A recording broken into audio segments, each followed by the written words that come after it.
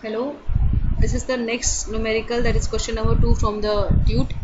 So the question says a single acting reciprocating pump has a diameter, that is diameter of the piston of 100 millimeter, and the stroke length is 200 millimeter. The length and diameter of the suction pipe are 6.5 meter and 50 millimeter. That stands for कि आपके पास LS और DS की value जो है वो है 6.5 और 50 millimetre. Right, conversion unit conversion ज़रूर ध्यान रखिएगा. If the suction lift of the pump is 3.2 metre. Right, अगर आपके पास 3.2 मीटर है HS and the separation occurs when the pressure in the pump falls between 2.5 meter of water absolute and the manometer. देखिए absolute pressure head की बात की गई है यहाँ पे. Right, and the manometer reads 763 millimeter of mercury. Find the maximum speed at which the pump can be run without separation in the suction pump. Right, तो आपको यहाँ पे सबसे पहले करना क्या है, आपको पता होना चाहिए एज सेपरेशन का स्टैंडर्ड जो आपके पास एक लिमिटिंग फॉर्मूला है वो आपके पास क्या होगा. राइट, उससे पहले चलिए गिवन स्टैंडर्ड्स को ध्यान रखते हैं. आपके पास डायमीटर टीथ की वैल्यू दे रखी है 0.1 meter. Area of cross section आप निकाल लेंगे 0.1 रख के, दैट इज पिस्टन का एरिया आपने निकाल लिया. स्ट्रोक लेंथ है, देन आपके पास क्रैंक रेडियस है. क्रैंक रेडियस के बाद आपके पास length of the pipe LS है.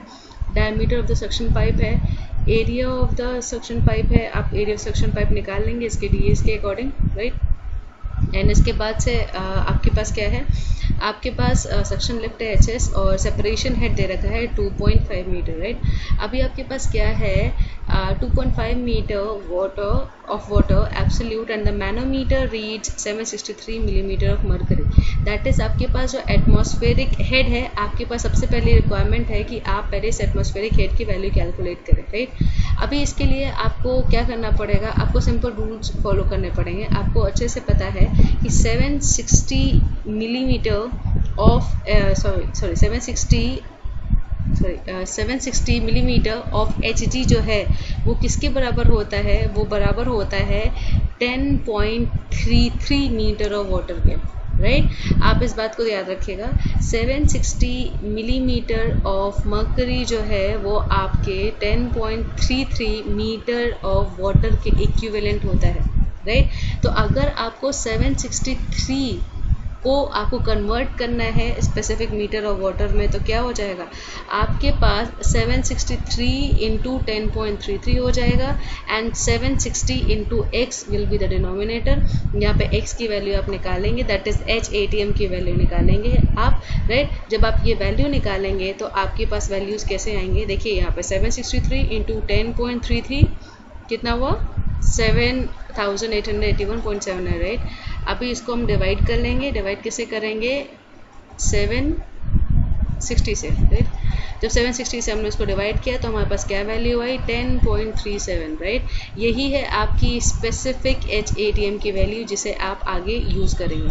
ठीक, अभी आपके पास क्या है 10.37 इस वैल्यू याद रखिए 10.37 मीटर ऑफ वाटर. राइट, आपने डायरेक्टली ये जो मिलीमीटर ऑफ मर्करी में रखा हुआ था वैल्यूज़ उसको आपने कन्वर्ट कर दिया है मीटर ऑफ वाटर में. ठीक, तो देखिए अभी आप इस बात को याद रखिएगा कि सक्शन जब भी होगा, सक्शन में आपके पास जो पॉसिबिलिटी ऑफ सेपरेशन है वो हमेशा at the beginning of the stroke है. राइट, हमेशा आपके सक्शन के स्ट्रोक में आपके पास सेपरेशन जो होता है वो केवल बिगिनिंग में होता है. That is cos theta equals to cos 0 degree. Theta equals to 0 degree पे होता है, दैट इज cos थीटा की वैल्यू होगी क्या 1. राइट, लेकिन इसके अपोजिट डिलीवरी पाइप में जब भी बात करते हैं, डिलीवरी स्ट्रोक में जब भी हम बात करते हैं तो हमेशा पॉसिबिलिटी ऑफ सेपरेशन कब होगी, एट द लास्ट होगी. दैट इज अगर ये केस आपके पास किसका होता, अगर डिलीवरी स्ट्रोक का होता तो आपके पास यहाँ पे possibility of separation at the end होता. एट द एंड का क्या मतलब था, थीटा उसमें 180 डिग्री होता. राइट, तो उस केस में क्या हो जाता, cos 180 डिग्री इक्वल्स टू -1 हो जाता. तो this is the minute change. आपको इस बात को ध्यान रखना पड़ेगा कि आपके बिगिनिंग ऑफ द स्ट्रोक बोला जा रहा है, मिडिल ऑफ द स्ट्रोक बोला जा रहा है, एंड ऑफ द स्ट्रोक बोला जा रहा है, एंड स्ट्रोक स्पेसिफिकली बोला कौन सा जा रहा है. राइट, अभी आपने क्या किया, आपने यहाँ पे पॉसिबिलिटी सेपरेशन आपको पता है हमेशा बिगिनिंग पे होती है सक्शन स्ट्रोक पे। तो अगर आपके पास थीटा इक्वल्स टू 0 डिग्री है, cos 0 डिग्री आपने रख दिया, देन आपके पास 1 आया, राइट। अभी आपने क्या किया, सबसे पहले HAS निकाल लिया, ठीक। HAS जब आपने निकाल लिया, HAS की वैल्यू के लिए LS चाहिए जो था, एरिया प्रोसेशन निकाल लिया था, AS भी निकाल लिया था। अभी आपने क्या किया, W²R, राइट। यहाँ पे जो W है उसकी वैल्यू क्या हो जाएगी, 2πn/60, राइट। ये जो आपकी स्पेसिफिक W है वो आपको हमेशा से पता है, दैट इज 2πn/60।